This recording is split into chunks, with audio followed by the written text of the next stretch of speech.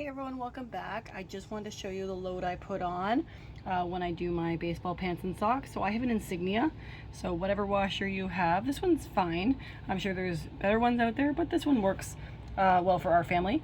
So the Insignia, so I put it on the heavy duty wash. I always do that for the baseball stuff. And I do personally like to wash my clothes with cold water.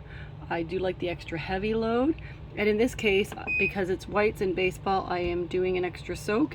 And I like to do an extra rinse just because it has all that stain remover on it. And here we go. Wish us luck. Let's see. We'll see how these baseball pants and socks come clean. See you in the morning. Play ball, everybody.